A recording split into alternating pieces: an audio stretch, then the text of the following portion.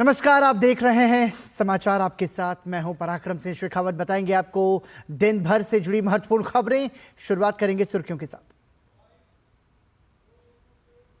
प्रधानमंत्री नरेंद्र मोदी का ब्रुनेई में भव्य स्वागत। प्रधानमंत्री ने दोनों देशों के बीच मजबूत संबंध स्थापित होने की जताई उम्मीद।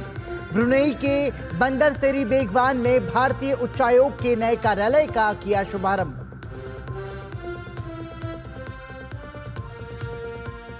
भारी विरोध प्रदर्शन के बाद दबाव में आई ममता बनर्जी सरकार ने विधानसभा से पारित कराया अपराजिता बिल। सदन में भाजपा ने बिल का किया समर्थन, इसे जल्द लागू किए जाने की मांग। भाजपा नेता सुधांशु त्रिवेदी ने राज्य में पार्टी की महिला कार्यकर्ताओं पर हो रहे हमलों को लेकर ममता बनर्जी पर साधा निशाना। छत्तीसगढ़ में सुरक्षा बलों के साथ मुठभेड़ में 9 माओवादी किए गए ढेर। बस्तर डिवीजन के दंतेवाड़ा और बीजापुर जिले के सीमावर्ती क्षेत्र की घटना में भारी मात्रा में हथियार किए गए बरामद। मुख्यमंत्री विष्णुदेव साय ने राज्य में नक्सलवाद के जल्द खात्मे का भरोसा किया गया। केंद्र सरकार ने 1.45 लाख करोड़ रुपए के 10 पूंजी अधिग्रहण प्रस्तावों को दी मंजूरी। भविष्य के लिए तैयार लड़ाकू वाहनों, वायु रक्षा, अग्नि नियंत्रण रडार, डोनियर 228 विमानों की होगी खरीद। रक्षा मंत्री राजनाथ सिंह के नेतृत्व में रक्षा अधिग्रहण परिषद ने लिया फैसला। आंध्र प्रदेश और तेलंगाना में भारी बारिश और बाढ़ के कारण लोगों का जनजीवन हुआ प्रभावित। तेलंगाना के खम्मम और महबूबाबाद इलाके में बाढ़ से भारी नुकसान, हजारों लोगों के घरों में घुसा पानी। आंध्र प्रदेश के मुख्यमंत्री एन चंद्रबाबू नायडू ने विजयवाड़ा के बाढ़ प्रभावित इलाकों का किया दौरा। अवनी लेखरा की नजर पेरिस पैरालंपिक में अपना दूसरा पदक जीतने पर। महिलाओं की 50 मीटर राइफल 3 पोजीशन फाइनल में ले रही है हिस्सा। और पेरिस पैरालंपिक में भारत को मिला एक और पदक। दीप्ति जीवन जी ने महिलाओं की 400 मीटर T20 दौड़ में जीता कांस्य पदक।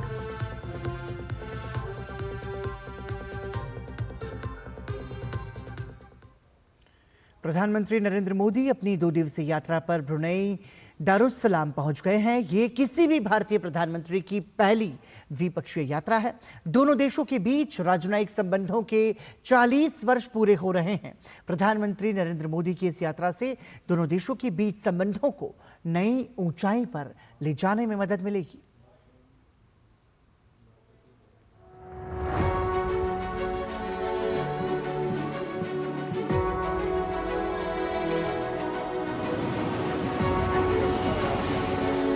ब्रुनेई के साथ भारत के द्विपक्षीय संबंधों के अहम 40 साल और पहली बार किसी भी भारतीय प्रधानमंत्री की द्विपक्षीय यात्रा।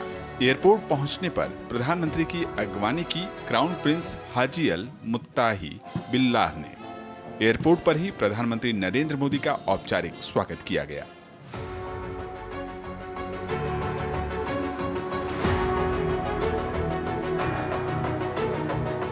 गार्ड ऑफ ऑनर का निरीक्षण करने के बाद प्रधानमंत्री का काफिला जैसे ही होटल पहुंचा, वहां मौजूद प्रवासी भारतीयों में खुशी की लहर दौड़ गई।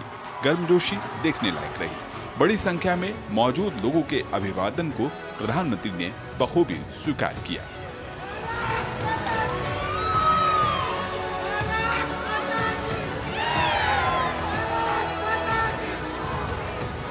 बहुत अच्छा लगा। आते ही उन्होंने बच्चों के पेंटिंग को देखा, बहुत ही सराहाया और उनको उन्होंने हस्ताक्षर दिया है।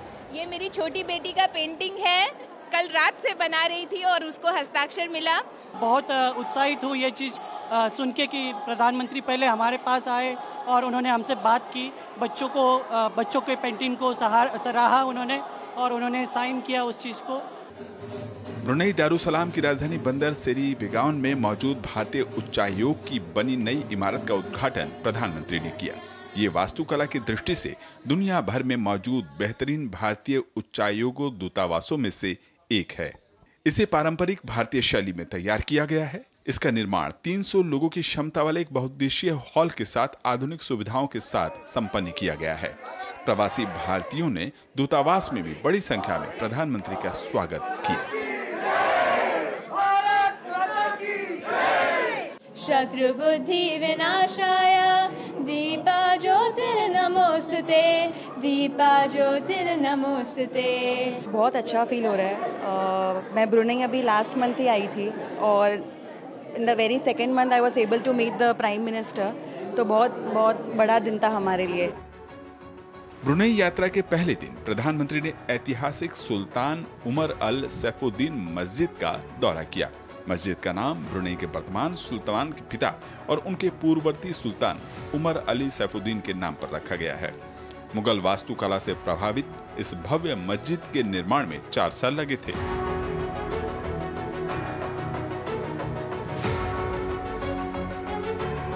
प्रधानमंत्री बुधवार को सुल्तान हाजी हसनन बोल्किया से द्विपक्षीय मुलाकात करेंगे। ब्रुनेई से मुनमुन भट्टाचार्य के साथ ब्यूरो रिपोर्ट, डीडी न्यूज।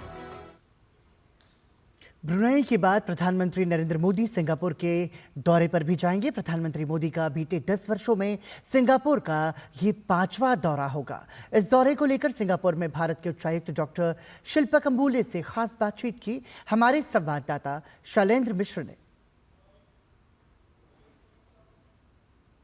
प्रधानमंत्री नरेंद्र मोदी सिंगापुर के दौरे पर आ रहे हैं। कई मायनों में दौरा काफ़ी ऐतिहासिक रहने वाला है। क्या कुछ खास है इस दौरे में, बातचीत करने के लिए मौजूद हैं सिंगापुर में भारत के हाई कमिश्नर डॉक्टर शिल्पा कंबोले। बहुत बहुत स्वागत है सर। कितना महत्वपूर्ण है दौरा? ये बहुत ही महत्वपूर्ण विजिट है हमारे दृष्टिकोण से, सिंगापुर के दृष्टिकोण से, भारत के दृष्टिकोण से। दोनों प्रधानमंत्रियों के टेन्योर में जल्दी ही हम दोनों की विजिट हो रही है, बातचीत हो रही है। ये हमारे दोनों रिश्तों के लिए, दोनों देशों के रिश्तों के लिए बहुत अच्छी बात है। एक्टिस पॉलिसी जो हम बनाई थी 2014 में, प्रधानमंत्री नरेंद्र मोदी जब सत्ता में आए थे, आप देखें 10 साल उसको पूरा हो गया है, तो कितना हम आगे गए हैं? हमारी एक्टिस पॉलिसी जो है 10 साल से चल रही है, उसकी इम्प्लीमेंटेशन में भी सिंगापुर का बड़ा हाथ रहा है। उन्होंने हमारे साथ अच्छा सहयोग किया है और अब देखें तो हमारे आसियान के एंगेजमेंट भी पिछले 10 साल में काफ़ी बढ़ी है। एडवांस मैन्युफैक्चरिंग के अलावा बाकी कौन कौन से सेक्टर्स हैं जहां सहयोग की बात हो रही है? आईसीएमआर की बैठक में उस पर चर्चा भी हुई थी। एक तो महत्वपूर्ण जो है वो स्किल्स की एरिया है। सिंगापुर में स्किलिंग और स्किल्स ट्रेनिंग की काफ़ी अच्छी इंस्टीट्यूशंस है। वो इंस्टीट्यूशंस को हम इंडिया ले जाना चाहते हैं। ग्रीन एनर्जी है, सस्टेनेबिलिटी है, जो ग्रीन हाइड्रोजन है, ग्रीन एमोनिया है, उस पे भी सहयोग की बात हो रही है।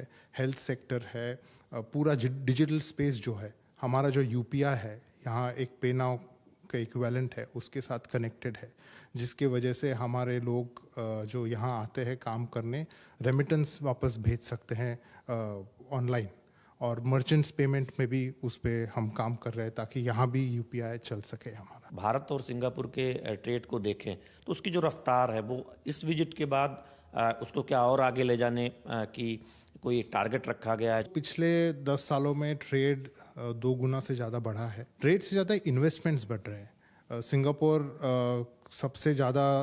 से सबसे ज़्यादा एफडीआई आता है इंडिया में हर साल। अगर आप ये कंट्री वाइज देखें तो उसको में भी हम बढ़ावा देना चाहते हैं। तो इन्वेस्टमेंट्स एंड ट्रेड दोनों हम एक साथ बढ़ावा दे रहे हैं। सिंगापुर में भारत के हाई कमिश्नर हमसे बातचीत कर रहे थे। प्रधानमंत्री नरेंद्र मोदी सिंगापुर के दौरे पर आने वाले हैं और किस तरह से सहयोग के क्षेत्रों को चिन्हित किया गया है, खासतौर पर एडवांस मैन्युफैक्चरिंग हो, ग्रीन हाइड्रोजन हो या फिर बाकी क्षेत्रों हो, जिससे सिंगापुर और भारत के बीच सहयोग का विस्तार हो सके।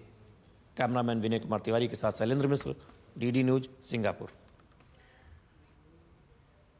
सिंगापुर में रहने वाले भारतीय लोग प्रधानमंत्री नरेंद्र मोदी के दौरे से पहले काफी उत्साहित हैं।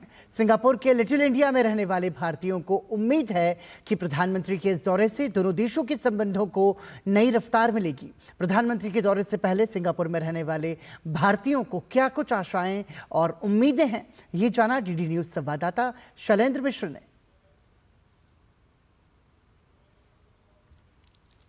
हम इस वक्त सिंगापुर में हैं और सिंगापुर में लिटिल इंडिया यानी एक बाज़ार है जहां हम देख रहे हैं कि हर जगह भारतीय छाप नज़र आती है। भारतीय मूल के लोग यहां पर व्यवसाय कर रहे हैं, यहां की दुकानों में वो काम करते नज़र आते हैं। हमारे साथ रूपाली हैं जो डॉक्टर हैं। मैं सिंगापुर के बारे में कहूँ तो मुझे बहुत ज़्यादा डिफरेंस नहीं लगता है, क्योंकि यहाँ भी वही सब मिलता है जो हमारे अपने भारत के बाज़ारों में मिलता है। मोदी जी दुनिया के सबसे लोकप्रिय नेता हैं। अब सिंगापुर आ रहे हैं, उनके बारे में यहाँ क्या सोचते हैं लोग, जो भारतीय मूल के लोग यहाँ रहते हैं और यहाँ के जो सिंगापुर के जो लोग हैं, क्या सोचते हैं? जी, बहुत ग्रो कर रहा है, ये एक इम्प्रेशन तो है और काफ़ी पॉजिटिव इमेज बाहर भी बन रही है। मोदी जी के बारे में काफ़ी खुश है लोग। कुछ अच्छी चीज़ें बहुत हुई है पिछले कुछ सालों में, तो मुझे तो लग रहा है लोग खुश हैं। अलग अलग जगहों से, भारत के अलग अलग राज्यों से हम देख रहे हैं यहाँ लोग काम करते हैं। ये देहरादून से हैं, यानी उत्तराखंड से, तो तमिलनाडु से भी यहाँ लोग मिल जाएंगे। सबसे बड़ी खुशी की बात हमारे लिए कि जो आज़ाद हिंद फौज की जो शुरुआत हुई थी वो इसी जगह पे हुई थी जिस जगह पे आप अब इस समय खड़े हैं। इंडिया भी हमारा बहुत अच्छा ग्रो कर रहा है इस समय, इकोनॉमी भी अभी 5वीं में पहुँच गए हम, तो वो भी हमारे लिए एक खुशी की बात है। यहाँ के लोग क्या सोचते हैं इंडियंस के बारे में थोड़ा? इंडियन के बारे में ऐसा कोई निगेटिव थॉट नहीं किसी के, सब अच्छा ही सोचते हैं। यहाँ पे इंडियन का खाना ही ज़्यादा वो है, क्रेज है ज़्यादा, इंडियन का फैशन, उनके कल्चर, उनके फूड के बारे में ज़्यादा वो चलता है। लिटिल इंडिया में जो भी आता है मतलब ये चीज़ पहले देखता है। कैमरामैन विनय तिवारी के साथ शैलेंद्र मिश्र, डीडी न्यूज, सिंगापुर। आर्थिक संकट से घिरी हिमाचल सरकार को इस महीने कर्मचारियों के वेतन का भुगतान करना भी मुश्किल लग रहा है। इसकी वजह से कर्मचारियों की जो तनख्वाह है और पेंशन धारकों की पेंशन को 5 तारीख तक रोक दिया गया है, जिसे लेकर सरकार विपक्ष के निशाने पर है। देखिए ये खास रिपोर्ट। आर्थिक बदहाली से जूझती हिमाचल सरकार, कर्मचारियों और पेंशनरों के 10,000 करोड़ रुपए बकाया। पुरानी पेंशन योजना की बहाली से बढ़ा वित्तीय बोझ। हिमाचल सरकार पर है 85 से 90,000 करोड़ रुपए का कर्ज। राज्य के कर्मचारी और पेंशनर वर्ग सरकार से नाराज। हिमाचल प्रदेश में छाए आर्थिक संकट को लेकर विरोधियों की बयानबाजी का दौर लगातार जारी है। कर्मचारियों के वेतन और पेंशन भोगियों की पेंशन में हो रही देरी के चलते विपक्ष सरकार को घेरने में जुटा है और इसके लिए सरकार के कुप्रबंधन को जिम्मेदार ठहरा रहा है। सितंबर के महीने की आज 3 तारीख है और इतिहास में ऐसा पहली बार हो रहा है जब महीने के 3 दिन गुजर जाने के बावजूद भी जो स्टेट एम्प्लॉइज़ हैं, स्टेट गवर्नमेंट के एम्प्लॉइज़ हैं, उनकी सैलरीज उनके अकाउंट में क्रेडिट नहीं हो पा रही है। साथ ही साथ जो पेंशन भोगी हैं उनकी पेंशन भी इस बार डिले कर दी गई है और इसके पीछे जो स्टेट का फाइनेंशियल क्राइसिस है उसको बड़ी वजह माना जा रहा है। हालांकि सरकार किसी भी तरह का क्राइसिस एक्सेप्ट करने से इनकार कर रही है, कड़े फैसले लिए जाने का दावा कर रही है, जल्दी ही आर्थिक स्थिति के सुधरने का दावा कर रही है, लेकिन रियलिटी ये है कि प्रदेश पर जो कर्ज का बोझ है वो लगातार बढ़ता जा रहा है। हिमाचल प्रदेश में ऐसा पहली बार हो रहा है जब सरकारी कर्मचारियों को उनके वेतन भत्ते महीने की 1 तारीख को नहीं मिल पाए हैं। करीब 2 लाख से ज्यादा कर्मचारियों और 1.25 लाख से ज्यादा पेंशन भोगियों की पेंशन में भी इस बार देरी हो रही है। सरकार कर्ज लेकर वेतन देने की प्रथा खत्म करने के लिए वेतन में देरी होने का हवाला दे रही है। सरकार का तर्क है कि उसकी कोशिश है कि वेतन देने के लिए लिए जाने वाले कर्ज और उस पर लगने वाले ब्याज को रोककर प्रदेश सरकार खर्च कम कर रही है। अपने दृष्टिकोण से चरणबद्ध तरीके से बिजली के बिल में एकरूपता लाकर उसको कम करेंगे। पानी में मिनिमम हमने 100 रुपया पानी के बिल का कर दिया, लेकिन उन परिवारों के लिए नहीं जिनकी परिवारों की 50,000 रुपये से इनकम कम है, उनसे 100 रुपया भी नहीं लिया जाएगा। बसेस में जो हमारा थोड़ा बहुत रिफॉर्म्स किए जा सकते हैं उसमें बढ़ रहे हैं। और तीसरा, हम अपनी अर्थव्यवस्था में शराब के ठेकों की नीलामी से जो हमें रेवेन्यू आ रहा है, इस साल 150 करोड़ का अधिक राजस्व आ रहा है, ये इन्वेस्टमेंट ड्रेन होती रही है। सब चीज़ों को बढ़ाकर हम आगे बढ़ रहे हैं। मेरा ये मानना है कि सरकारी कर्मचारी अधिकारियों के सहयोग से हम प्रदेश की अर्थव्यवस्था को आगे बढ़ा रहे हैं। उधर कर्मचारियों ने इसे लेकर सरकार के खिलाफ नाराजगी जताई है।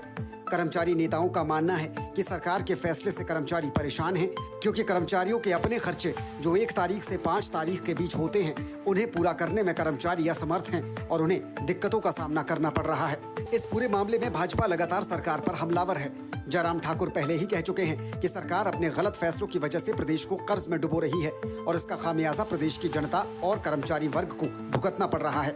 उन्होंने कहा कि प्रदेश के जो मौजूदा हालात बन रहे हैं उसके लिए पूरी तरह प्रदेश सरकार जिम्मेदार है। आज कर्मचारियों को पेंशन की बातें तो दूर की रही, फिलहाल स्थिति ये बन गई सैलरी भी समय पर नहीं मिल पा रही है। डीए की किस्त की बात तो दूर की रही, सैलरी भी नहीं मिल पा रही है, मेडिकल रिइंबर्समेंट नहीं मिल पा रहा है। तो ये बहुत बड़ी एक परिस्थिति जो हिमाचल प्रदेश में जो बनी है। और मुझे लगता है कि एक बहुत बड़ा उदाहरण जो फ्री वीज का जो खटाखट राहुल गांधी का जो फॉर्मूला है, जो गारंटियों को लेकर के, इससे बाकी पूरे देश भर में भी सबकी आंखें खुल गई है। वहीं कांग्रेस छोड़कर भाजपा में आए विधायक सुधीर शर्मा भी सरकार को घेरते आज नजर आए हैं। उन्होंने कहा कि प्रदेश सरकार ने अपने चुनावी वादों के चलते प्रदेश की आर्थिक स्थिति को खराब कर दिया है और अब इसका ठीकरा भाजपा पर या पूर्व सरकार पर फोड़ने का काम किया जा रहा है। देखिए, ये वित्तीय कुप्रबंधन के चलते ऐसी परिस्थितियां प्रदेश के अंदर पहली बार पैदा हुई हैं। तो उनकी EMI जानी थी, बाकी और जो पारिवारिक अपनी जिम्मेवारियों का वहन करते हैं, तो वो सारी चीज़ें रुक गई हैं। और मैंने पहले भी कहा था, आपको याद होगा मेरा पहला बयान था कि ये प्रदेश के अंदर जो है आर्थिक संकट की स्थिति पैदा हो गई है। दोनों तरफ से बयानबाजी जारी है, लेकिन इसका मौजूदा खामियाजा प्रदेश के कर्मचारियों को भुगतना पड़ रहा है, क्योंकि 2 लाख से ज्यादा कर्मचारियों को वेतन नहीं मिल पाया है और 1.25 लाख से ज्यादा पेंशन भोगी अपनी पेंशन का इंतजार कर रहे हैं। विपक्ष यहाँ पर जो प्रदेश सरकार है, कांग्रेस सरकार, उसको घेरता नजर आ रहा है और कांग्रेस कहीं ना कहीं इसके लिए बीजेपी को और जो सेंट्रल गवर्नमेंट है उसको जिम्मेदार ठहरा रही है। लेकिन सच्चाई ये है कि इन दोनों की आपसी खींचतान की वजह से जो नुकसान है, जो डैमेज है, वो स्टेट के जो एम्प्लॉयज़ हैं, जो पेंशनर्स हैं, उनको भुगतना पड़ रहा है और इसकी वजह से जो नाराज़गी है कर्मचारियों में, वो भी लगातार देखने को मिल रही है। शिमला से DD न्यूज़ के लिए कैमरा पर्सन ऋषिपाल के साथ धर्म प्रकाश। केंद्रीय कैबिनेट ने मध्य प्रदेश को लगभग 18,036 करोड़ रुपए की लागत वाली नई रेलवे लाइन परियोजना की सौगात दी है। इंदौर और मनमाड़ के बीच प्रस्तावित ये नई रेल लाइन सीधा संपर्क प्रदान करेगी। नई रेलवे लाइन परियोजना से लगभग 1,000 गांवों और लगभग 30 लाख आबादी को सीधा लाभ मिलेगा। देखिए हमारे संवाददाता की ये खास रिपोर्ट।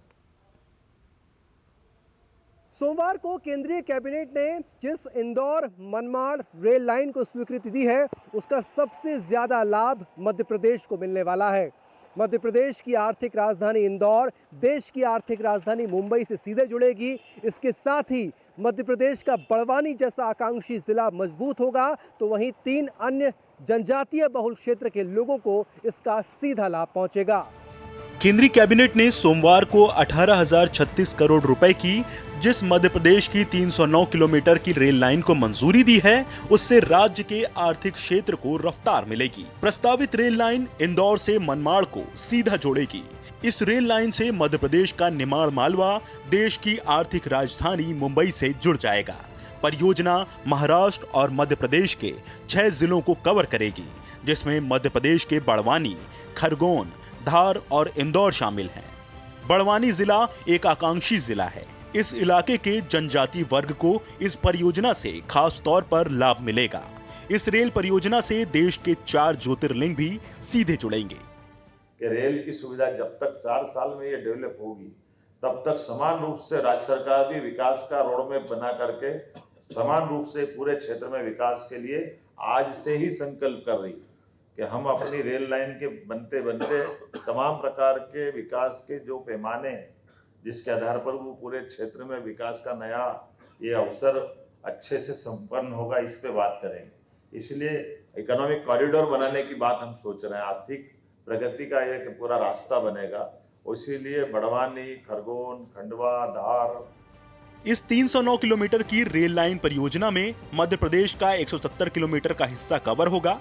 इसमें 4 जिलों के 18 रेलवे स्टेशन आएंगे।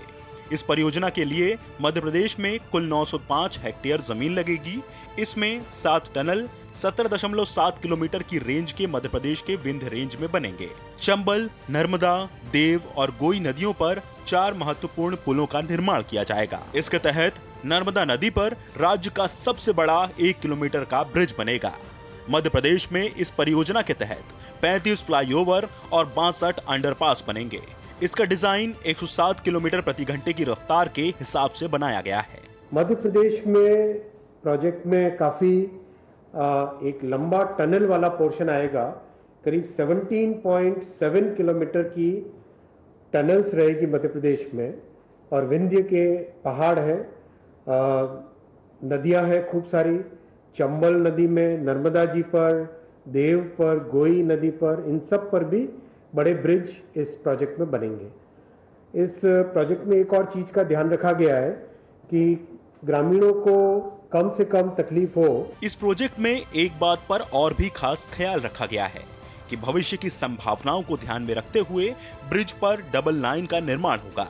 इस परियोजना में 1420.5 हेक्टेयर भूमि निजी, 243.7 हेक्टेयर जमीन सरकारी और 37 हेक्टेयर जमीन फॉरेस्ट के उपयोग की होगी। मध्य प्रदेश को अगर रेल प्रोजेक्ट मिला है तो इसका मतलब ये नहीं है कि इसका लाभ केवल मध्य प्रदेश को होगा, बल्कि पूरे देश को होगा, क्योंकि मध्य प्रदेश देश का हृदय स्थल है।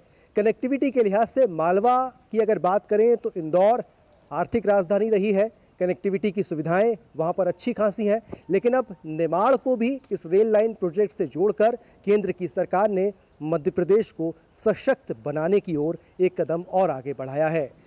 कैमरामैन गौरव निरगुड़कर के साथ आदित्य श्रीवास्तव, डीडी न्यूज, भोपाल। उपभोक्ताओं के हितों को ध्यान में रखते हुए मंगलवार को विद्युत मंत्रालय के ब्यूरो ऑफ एनर्जी एफिशिएंसी यानी बीईई और उपभोक्ता मंत्रालय के नेशनल टेस्ट हाउस में समझौता ज्ञापन पर हस्ताक्षर हुए। गौरतलब है कि बीईई का मुख्य उद्देश्य एजेंसी और संगठनों से समन्वय करके भारतीय अर्थव्यवस्था में सहायक बनना है, जो बाजार के नियमों के आधार पर हों।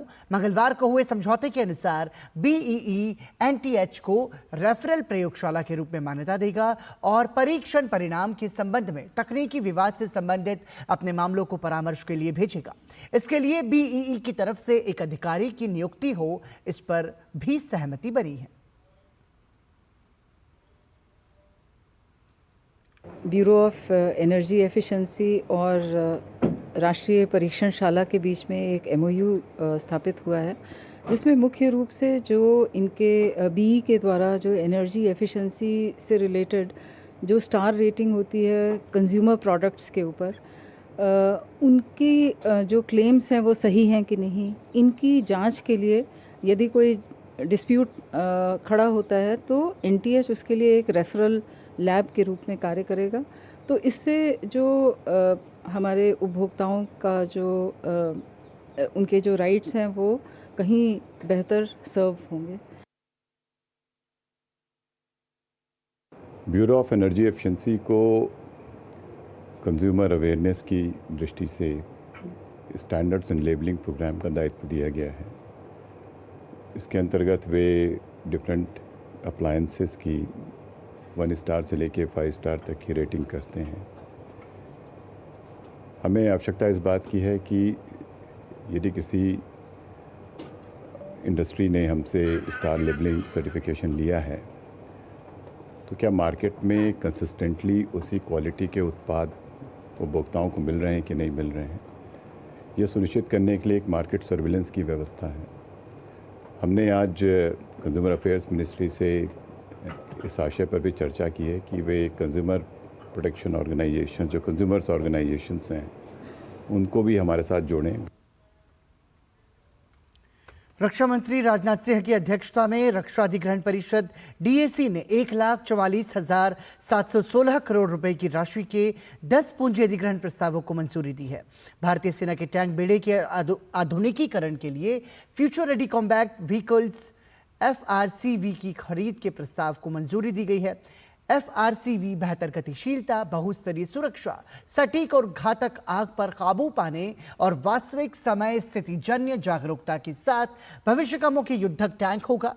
Air defence fire control radar की खरीद के लिए भी मंजूरी दी गई है, जो हवाई लक्ष्य का पता लगाएगा और फायरिंग समाधान प्रदान करेगा। डीएसी ने फॉरवर्ड रिपेयर टीम ट्रैक्ड के लिए भी मंजूरी दी है। भारतीय तटरक्षक की क्षमताओं को बढ़ाने के लिए 3 AON यानी आवश्यकता की स्वीकृति प्रदान की गई है। डोर्नियर 228 विमान खराब मौसम की स्थिति में उच्च परिचालन सुविधाओं वाले अगली पीढ़ी के तेज गश्ती जहाजों और उन्नत तकनीक और उन्नत लंबी दूरी के संचालन के साथ अगली पीढ़ी के अपतटीय गश्ती जहाजों के खरीद से ICG की निगरानी और गश्त करने की क्षमता में वृद्धि होगी।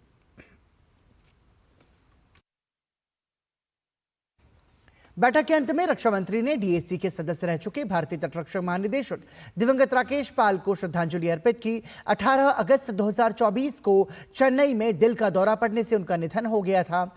डीएसी के सभी सदस्यों ने दिवंगत डीजी राकेश पाल को श्रद्धांजलि अर्पित करते हुए कुछ देर मौन रखा।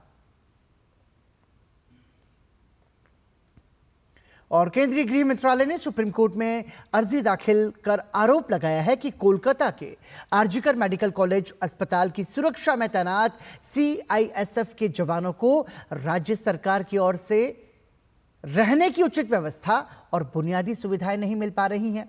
याचिका में कहा गया है कि जवान फिलहाल सीआईएसएफ यूनिट एसएमपी कोलकाता में रहने को मजबूर हैं, जहां से अस्पताल जाने में ही करीब 1 घंटे का वक्त लग जाता है।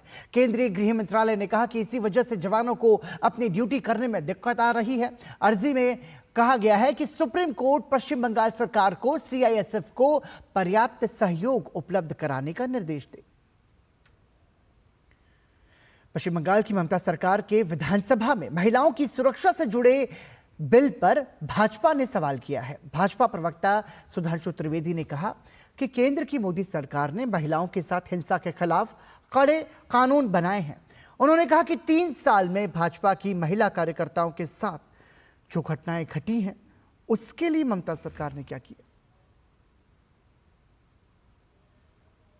प्रधानमंत्री श्री नरेंद्र मोदी जी के नेतृत्व की भाजपा और एनडीए सरकार पूरी तरीके से संवेदनशील और सतर्क है। हमने कानून में एक से एक सख्त प्रावधान किए हैं। बलात्कार के आरोपियों की सजा को बढ़ाना हो अथवा नाबालिग बच्चियों से दुष्कर्म करने वालों को मृत्युदंड का प्रावधान और साक्ष्य अधिनियम में संशोधन, फास्ट ट्रैक कोर्टों की व्यवस्था। परंतु आज जो पश्चिम बंगाल में दिखा, उसको देखकर मन में एक विचित्र अनुभव उत्पन्न होता है। ये वही पश्चिम बंगाल की विधानसभा है और वही पश्चिम बंगाल के मुख्यमंत्री ममता जी हैं जिन्होंने इसी विधानसभा के पटल पर खड़े होकर शाहजहां शेख का एक प्रकार से बचाव किया था और एक प्रकार से आरोपी महिलाओं को प्रोपेगेंडा का आधार बताया था। मैं आपसे पूछना चाहता हूं कि आप साफ साफ बताएं कि पश्चिम बंगाल में कितने फास्ट ट्रैक कोर्ट आपने महिलाओं के अपराध के लिए रजिस्टर किए हैं। 2021 में भारतीय जनता पार्टी की कितनी महिला कार्यकर्ताओं के साथ बलात्कार हुआ, कितनों में अब तक कन्विक्शन करा दिया। आप 3 हफ्ते के प्रावधान की बात कर रहे हैं, 3 वर्ष के बाद कृपया बताएं कितनों को कोर्ट से कन्विक्शन करा दिया। केंद्रीय कैबिनेट की सोमवार को हुई बैठक में रेलवे से जुड़ी बड़ी परियोजनाओं को मंजूरी दी गई। इनमें इंदौर मनमाड़ के बीच नई रेल लाइन भी शामिल है। रेल मंत्री अश्विनी वैष्णव ने आज प्रेस वार्ता करके इस परियोजना से होने वाले लाभ के बारे में विस्तार से जानकारी दी। उन्होंने बताया कि परियोजना से न केवल व्यापार को बढ़ावा मिलेगा, बल्कि दोनों राज्यों के लोगों को बड़े पैमाने पर फायदा होगा। प्याज के बड़े हब्स हैं महाराष्ट्र में और कई तरह के फ्रूट्स, कई तरह के वेजिटेबल्स, कॉटन के बड़े हब खारगोन में, धार में। महाराष्ट्र और मध्य प्रदेश दोनों के दोनों प्रदेशों को इसमें बहुत बड़ा बेनिफिट होगा। और पीथमपुर इंडस्ट्रियल एरिया में महिंद्रा, फिर इसके अलावा कमर्शियल व्हीकल्स के, फिर स्टील इंडस्ट्रीज हैं, इन सब को सीधी एक्सेस मिलेगी जवाहरलाल नेहरू पोर्ट ट्रस्ट के साथ। मध्य प्रदेश में प्रोजेक्ट में काफ़ी एक लंबा टनल वाला पोर्शन आएगा। करीब 17.7 किलोमीटर की टनल्स रहेगी मध्य प्रदेश में। और विंध्य के पहाड़ हैं, नदियां हैं खूब सारी, चंबल नदी में, नर्मदा जी पर, देव पर, गोई नदी पर, इन सब पर भी बड़े ब्रिज इस प्रोजेक्ट में बनेंगे। इस प्रोजेक्ट में एक और चीज़ का ध्यान रखा गया है कि ग्रामीणों को कम से कम तकलीफ हो, इसलिए ज़्यादा से ज़्यादा संख्या में फ्लाईओवर और अंडरपास की व्यवस्था इस प्रोजेक्ट के अंदर शुरू से डिज़ाइन में की गई है। तो जो फ्लाईओवर्स इसमें बनेंगे, 35 फ्लाईओवर बनेंगे, अंडरपास 62 के आसपास बनेंगे मध्य प्रदेश में। वैसे ही महाराष्ट्र में भी बड़ी संख्या है, 12 फ्लाईओवर और करीब 79 अंडरपास। ब्रिज के स्ट्रक्चर्स में शुरू से ध्यान रखा है कि डबल लाइन बन जाए ताकि भविष्य में एक और ब्रिज न बनाना पड़े। इसलिए शुरू से ही नर्मदा जी हो, तापी जी हो, सबके ऊपर ब्रिज जो बनेगा वो डबल लाइन के हिसाब से बनेगा। भविष्य का सोच के बना रहे हैं। टोटल इसमें 34 स्टेशंस बने रहेंगे। राष्ट्रपति द्रौपदी मुर्मू ने महाराष्ट्र विधान परिषद के शताब्दी वर्ष समारोह को संबोधित किया। राष्ट्रपति ने कहा कि महाराष्ट्र विधान परिषद ने अपनी स्थापना से ही महाराष्ट्र के लोगों की आशाओं और आकांक्षाओं को अभिव्यक्ति दी है। उन्होंने परिषद के सभी वर्तमान और पूर्व सदस्यों के योगदान की सराहना की। राष्ट्रपति ने कहा कि महाराष्ट्र विधान परिषद ने स्वस्थ बहस और संवाद की परंपरा स्थापित करके लोकतांत्रिक मूल्यों को मजबूत किया है। महाराष्ट्र के सभी निवासियों के लिए मैं विशेष बधाई और शुभकामनाएं व्यक्त करती हूँ। इस अवसर पर सुप्रसिद्ध कवि श्रीपाद कृष्ण कोल्हटकर की भावनाओं को आप सबके प्रमुख प्रस्तुत करने का मैं प्रयास करूँगी। बहुत असत सुंदर संपन्न की महाप्रिय ओमुचा एक महाराष्ट्र देश है। आप सबका ये महानगर स्वाधीनता सेनानियों का गढ़ रहा है। बाबा साहेब आम्बेडकर बॉम्बे लेजिस्लेटिव काउंसिल के सदस्य रहे थे। सर फिरोज शाह मेहता, लोकमान्य तिलक और गोपाल कृष्ण गोखले जैसे अनेक महापुरुषों ने समय समय पर बॉम्बे लेजिस्लेटिव काउंसिल की शोभा बढ़ाई है। मैं उनको नमन करती हूँ। इस लेजिस्लेटिव काउंसिल ने स्वस्थ वाद विवाद और संवाद की परंपरा को स्थापित करके लोकतांत्रिक मूल्यों को शक्ति दी है। राष्ट्रपति द्रौपदी मुर्मू ने मुंबई में चैत्य की भूमि पर बाबा साहेब अम्बेडकर को श्रद्धांजलि अर्पित की। राष्ट्रपति ने बाबा साहेब को नमन किया। उन्होंने कहा कि भारतीय संविधान के निर्माता बाबा साहेब के मूल्यों और आदर्श हमारे राष्ट्र का मार्गदर्शन करते रहेंगे।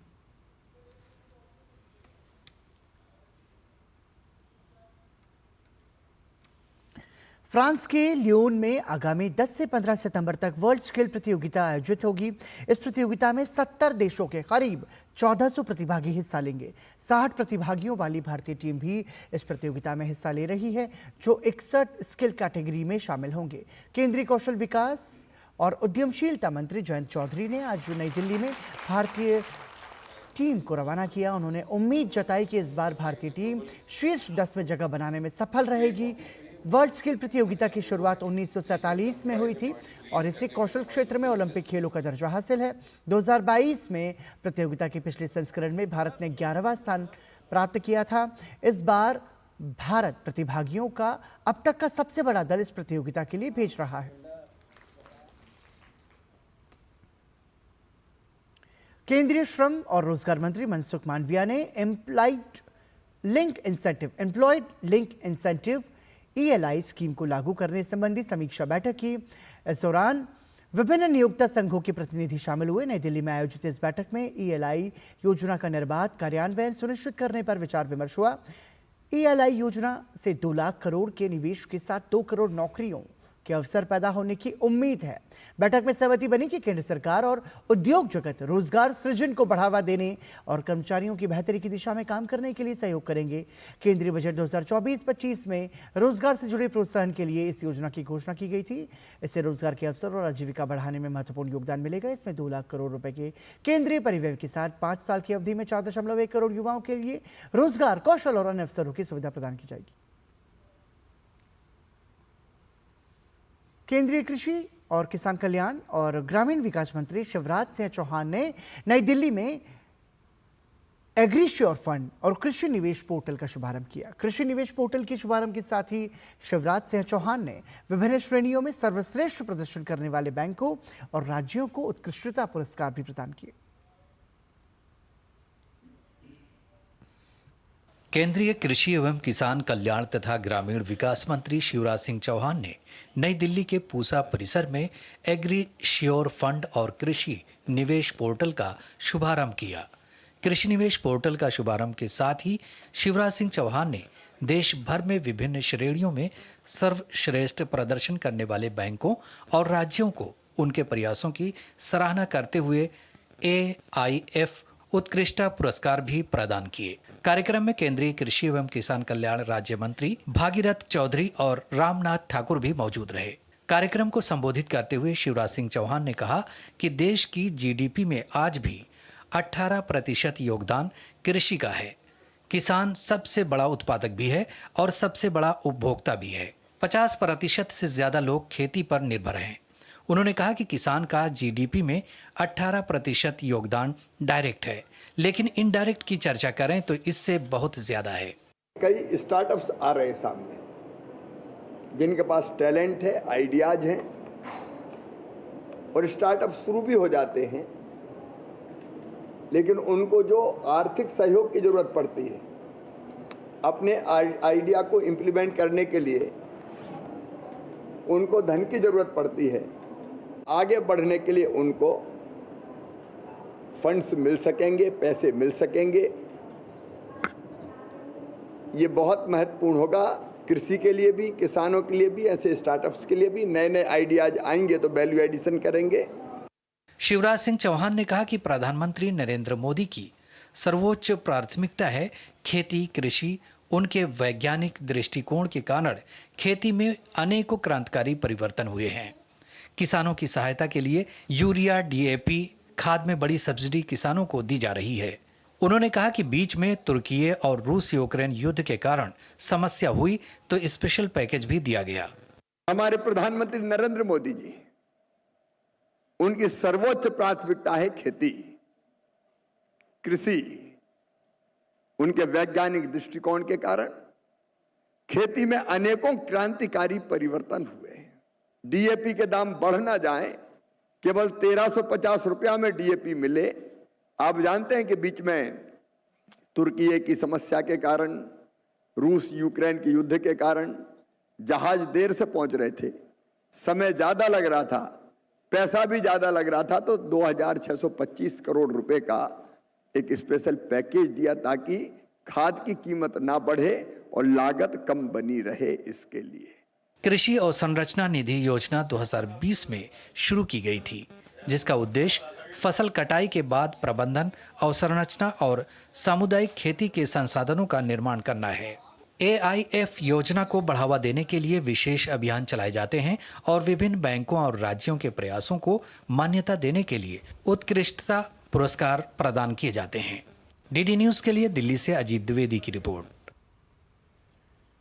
दिल्ली के अखिल भारतीय आयुर्विज्ञान संस्थान में 39वां राष्ट्रीय नेत्रदान पखवाड़ा मनाया गया। नेत्रदान पखवाड़ा समारोह के दौरान जनहित में स्वैच्छिक नेत्रदान करने वाले 25 नेत्रदाता परिवार, 11 दृष्टि बैंक और एनजीओ को सम्मानित किया गया।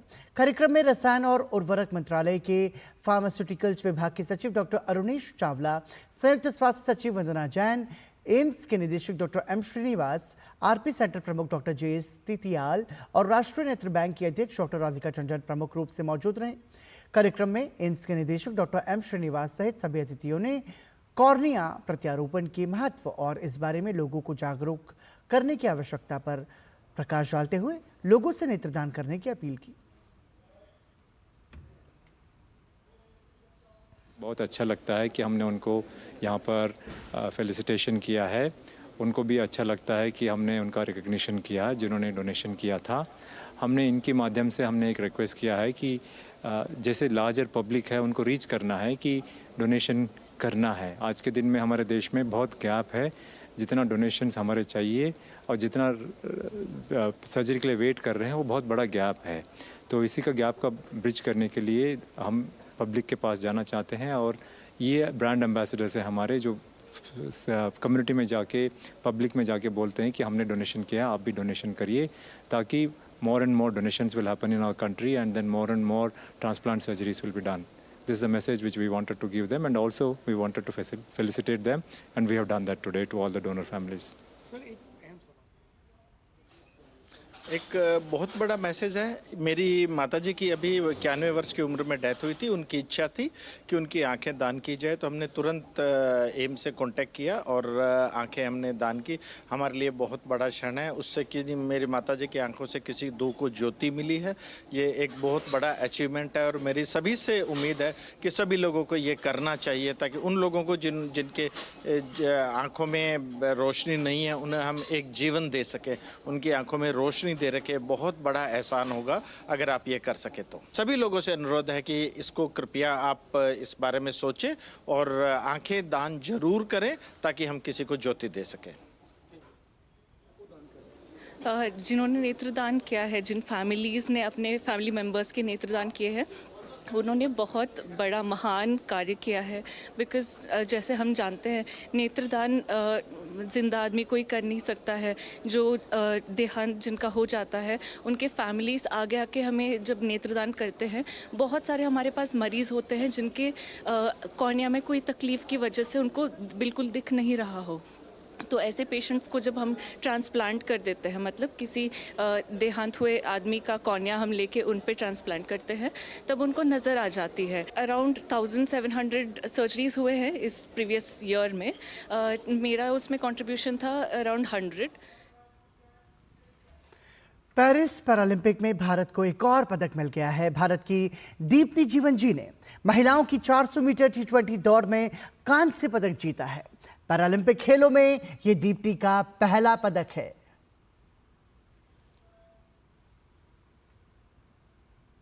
प्रधानमंत्री नरेंद्र मोदी ने पैरालंपिक 2024 में महिलाओं की 400 मीटर T20 दौड़ में कांस्य पदक जीतने पर दीप्ति जीवनजी को बधाई दी। प्रधानमंत्री नरेंद्र मोदी ने अपने सोशल मीडिया एक्स पर लिखा, पैरालंपिक 2024 में महिलाओं की 400 मीटर T20 दौड़ में शानदार कांस्य पदक जीतने वाली दीप्ति जीवनजी को बधाई। वो अनगिनत लोगों के लिए प्रेरणा का स्रोत हैं। उनका कौशल और दृढ़ता सराहनीय है।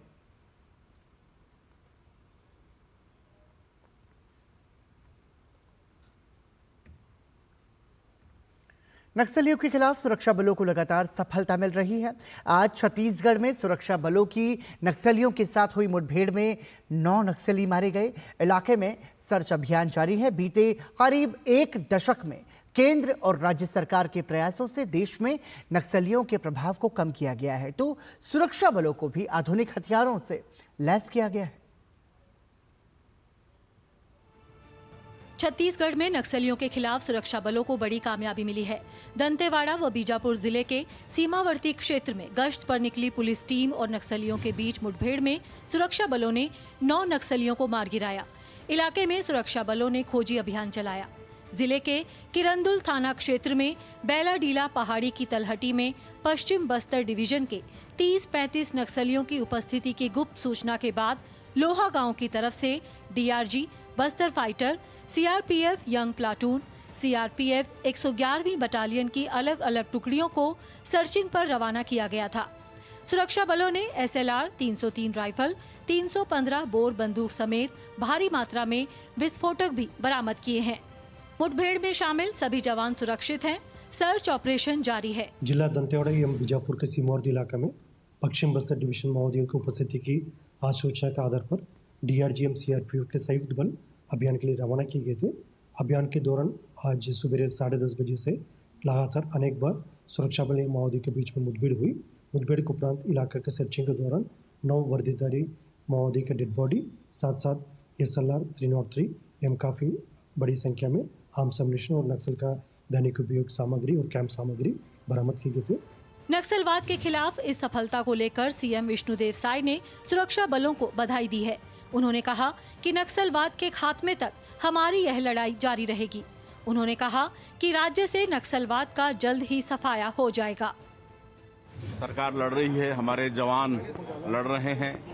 हमारे जवानों के बहादुरी को भी हम सलाम करते हैं और अभी 9 नक्सली मारे गए हैं और इस बहादुरी के लिए हम हमारे बलों का साहस को सलाम करते हैं।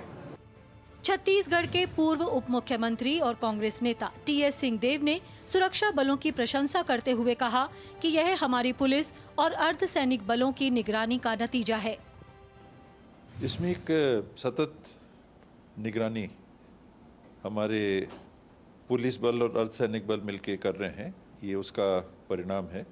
विगत वर्षों से सरकारें इस गंभीर समस्या से जूझ रही है और धीरे धीरे सफलता भी मिलती चली जा रही है। बीजापुर जिले में माओवादी विरोधी अभियान के दौरान प्रतिबंधित भाकपा माओवादी संगठन के 7 माओवादियों को गिरफ्तार किया गया है। केंद्रीय गृह मंत्री अमित शाह ने ऐलान किया है कि मार्च 2026 तक छत्तीसगढ़ को नक्सलवाद से मुक्त कराने में सफल होंगे। बस्तर में चल रहे नक्सल विरोधी अभियान के तहत पिछले 8 महीनों में 140 से ज्यादा नक्सली मारे जा चुके हैं और 553 नक्सलियों की गिरफ्तारी हो चुकी है। बस्तर में फोर्स के एक्शन से माओवादी अंतिम सांसें गिन रहे हैं। Somesh Patel, DD news, Chhattisgarh. भारतीय प्रौद्योगिकी संस्थान दिल्ली के अबू धाबी परिसर का क्राउन प्रिंस शेख खालिद बिन मोहम्मद बिन जायद अल नहायान ने सोमवार को उद्घाटन किया। इस मौके पर प्रिंस ने स्नातक के 52 छात्रों के पहले बैच का भी स्वागत किया। भारतीय दूतावास द्वारा जारी एक आधिकारिक प्रेस विज्ञप्ति के मुताबिक 52 छात्रों का उद्घाटन बैच कंप्यूटर विज्ञान और इंजीनियरिंग और ऊर्जा इंजीनियरिंग में बीटेक की डिग्री हासिल करेगा। संयुक्त अरब अमीरात में आईआईटी परिसर की स्थापना फरवरी 2022 में प्रधानमंत्री नरेंद्र मोदी और संयुक्त अरब अमीरात के राष्ट्रपति शेख मोहम्मद बिन जायद अल नहयान द्वारा लॉन्च किए गए विजन डॉक्यूमेंट का हिस्सा थी, जो भारत यूएई संबंधों को नए क्षेत्रों में विस्तारित और सहयोग करने का एक रोड मैप है। यूजी कार्यक्रमों के लिए छात्रों का चयन प्रतिष्ठित जेईई एडवांस परीक्षा और विशेष रूप से अंतर्राष्ट्रीय छात्रों के लिए शुरू की गई संयुक्त प्रवेश परीक्षा CAET के माध्यम से किया गया था। अबू धाबी में भारत के नियंत्रक और महालेखा परीक्षक ने संयुक्त अरब अमीरात अकाउंटेबिलिटी अथॉरिटी के प्रेसिडेंट के साथ द्विपक्षीय बैठक के दौरान एक MOU पर हस्ताक्षर किए। इसका उद्देश्य संबंधित संस्थानों की पेशेवर क्षमता को मजबूत करना और सार्वजनिक क्षेत्र के ऑडिट के क्षेत्र में कार्यप्रणाली में सुधार करने के लिए दोनों स्टेट ऑडिट इंस्टीट्यूशन के बीच सहयोग को बढ़ावा देना है। भारत के नियंत्रक और महालेखा परीक्षक गिरीश चंद्र मुर्मू के मुताबिक ये समझौता ज्ञापन दोनों देशों के बीच पहले से मौजूद संबंधों को और मजबूती प्रदान करना है। CAG ने कहा कि MOU हमारे स्टेट ऑडिट इंस्टीट्यूशन के सदस्यों के बीच ज्ञान और अनुभव के अधिक आदान प्रदान के कई अवसर प्रदान करेगा, साथ ही सहयोग और दोस्ती की भावना को भी बढ़ावा देगा। संयुक्त अरब अमीरात अकाउंटेबिलिटी अथॉरिटी के प्रेसिडेंट हुमैद उबैद खलीफा उबैद अबू शिब ने दो स्टेट ऑडिट इंस्टीट्यूशन की बाहरी ऑडिट प्रैक्टिस को बढ़ाने और आपसी सहयोग के माध्यम से दोनों देशों के बीच द्विपक्षीय संबंधों को मजबूत करने में सहायता करने के समझौते के महत्व पर जोर दिया। अबू धाबी में भारत के CAG और UAE की अकाउंटेबिलिटी अथॉरिटी के बीच समझौता ज्ञापन पर हस्ताक्षर। MOU का उद्देश्य जैसा कि हमने आपको बताया कि संबंधित संस्थानों की पेशेवर क्षमता को मजबूत करना है, तो इसके ज़रिए हम ये कह सकते हैं कि भारत और अबू धाबी के संबंध भी बेहतर होंगे। और आइए अब बढ़ते हैं अगली खबर की ओर। इन दिनों तेलंगाना और आंध्र प्रदेश में भारी बारिश परेशानी का सबब बनी हुई है। दोनों ही राज्यों में हज़ारों लोगों तक राहत सामग्री पहुंचाई जा रही है, तो बाढ़ में फंसे लोगों को सुरक्षित स्थानों तक पहुंचाया जा रहा है। केंद्र सरकार दोनों ही राज्यों को हर संभव मदद कर रही है, तो वहीं प्रधानमंत्री नरेंद्र मोदी भी दोनों राज्यों के मुख्यमंत्रियों से बात कर चुके हैं। इस बीच मौसम विभाग ने गुजरात, महाराष्ट्र, उत्तर प्रदेश, राजस्थान समेत कुछ और राज्यों में अगले 24 घंटों में बारिश का अनुमान व्यक्त किया है। आफत की बारिश से राहत नहीं, तेलंगाना, आंध्र प्रदेश में बारिश का कहर। विजयवाड़ा में बाढ़ से जनजीवन बुरी तरह प्रभावित। कई नदियां हैं उफान पर। कई इलाकों के लिए अलर्ट जारी। कई स्थानों पर ट्रेन की पटरियां पानी में डूबी। ट्रैक क्षतिग्रस्त होने के कारण कई ट्रेनों को किया गया रद्द। भारी बारिश के चलते जनजीवन अस्त व्यस्त। तेलंगाना और आंध्र प्रदेश के कई इलाकों में लगातार मूसलाधार बारिश हो रही है। इससे जनजीवन अस्त व्यस्त हो गया है। नदियां, नाले उफान पर हैं। लगातार बारिश के कारण निचले इलाकों में पानी भर गया है। मूसलाधार बारिश से फसलों को नुकसान पहुंचा है। सड़क और रेल मार्ग बाधित हुए हैं। कई स्थानों पर पटरियां पानी में डूब गई हैं और ट्रैक क्षतिग्रस्त होने के कारण बहुत सी रेलगाड़ियों को रद्द करना पड़ा है, जबकि कई मार्गों में फेरबदल किया गया है। आंध्र प्रदेश के विजयवाड़ा में बाढ़ से जनजीवन बुरी तरह प्रभावित हुआ है। कृष्णा नदी के आसपास के क्षेत्र बाढ़ से सर्वाधिक प्रभावित हुए। कुछ क्षेत्रों में जलस्तर में अभूतपूर्व बढ़ोतरी होने से भारी क्षति हुई है। आंध्र प्रदेश के विजयवाड़ा क्षेत्र में लगातार हो रही बारिश के कारण विजयवाड़ा के प्रकाशम बैराज में जल स्तर बढ़ गया है। भारी बारिश के कारण कृष्णा नदी पर बने प्रकाशम बैराज में पानी का प्रवाह बढ़ गया है। मुख्यमंत्री चंद्रबाबू नायडू स्वयं राहत और बचाव कार्यों पर निगरानी कर रहे हैं। आंध्र प्रदेश के मुख्यमंत्री चंद्रबाबू नायडू ने कहा कि सबसे दूर दराज के इलाकों में भोजन और पानी पहुंचाना प्राथमिकता है। उन्होंने अधिकारियों को सतर्क रहने का निर्देश दिया है। All my officers to be in the field. We have supplied enough food and transportation. Everything is available now. there is no excuse for anybody to reach the last person. Either morning breakfast, lunch or dinner. First I want to reach every person, that is first step. Then second, drinking water also, I want to flood it. Third one, from here, I have to work for sanitation and rehabilitation. I will work all these things systematically. Andhra Pradesh में बाढ़ से घिरे लोगों को सुरक्षित निकालने के लिए 47 टीमें काम कर रही हैं। 174 मोटर बोट और 315 तैराक काम पर लगाए गए हैं। भोजन और राहत सामग्री वितरित करने के लिए हेलीकॉप्टर और ड्रोन का इस्तेमाल किया जा रहा है। सरकार ने अस्थायी शिविर स्थापित किए हैं और पीड़ित परिवारों की सुरक्षा सुनिश्चित करने के लिए तत्काल सहायता प्रदान की जा रही है। एनडीआरएफ ने केंद्रीय बलों और जिला अधिकारियों के साथ मिलकर प्रभावित क्षेत्रों में हेलीकॉप्टर के माध्यम से भोजन, पानी और अन्य सुविधाएं उपलब्ध करा रही हैं। एनडीआरएफ की पर्याप्त टीमें यहाँ मौजूद हैं और पूरी ये एक प्रपोजल के एक बेहतर समन्वय के साथ ये कार्रवाई किया जा रहा है, प्रायोरिटाइज़ किया जा रहा है एरिया को, और ये हम इंश्योर कर रहे हैं कि स्थिति में पानी अगर बारिश होती है या जल जमाव और बढ़ता है तो उस स्थिति में किसी को तकलीफ ना हो। तेलंगाना के खम्मम में भारी बारिश के कारण करुणागिरी गांव में बाढ़ जैसी स्थिति उत्पन्न हो गई है। बाढ़ का पानी गांव में घुस आने से आम जनजीवन अस्त व्यस्त हो गया है।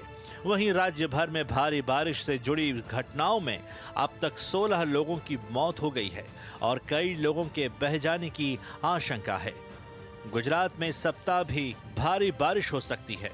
मौसम विभाग ने छोटा उदयपुर, नर्मदा और सूरत जिलों में भारी बारिश का अनुमान लगाया है। आने वाले 3 दिनों में गुजरात में बारिश हो सकती है। बारिश को लेकर गुजरात में रेड अलर्ट जारी किया गया है। मौसम विभाग ने ओडिशा में भी बारिश को लेकर अलर्ट जारी किया है। मौसम विभाग के अनुसार 4 सितंबर के बाद राज्य में बारिश की संभावना है। पश्चिमी यूपी के कई इलाकों में बारिश हो सकती है। पश्चिमी और पूर्वी उत्तर प्रदेश में 4, 5 और 6 सितंबर को बारिश होने की संभावना है। Bureau report, DD news. और इसी के साथ ही समाचार में अभी के लिए इतना ही, लेकिन डीडी न्यूज पर खबरों का सफर लगातार जारी है। देखते रहिए डीडी न्यूज, क्योंकि ये भरोसा है सच का। नमस्कार।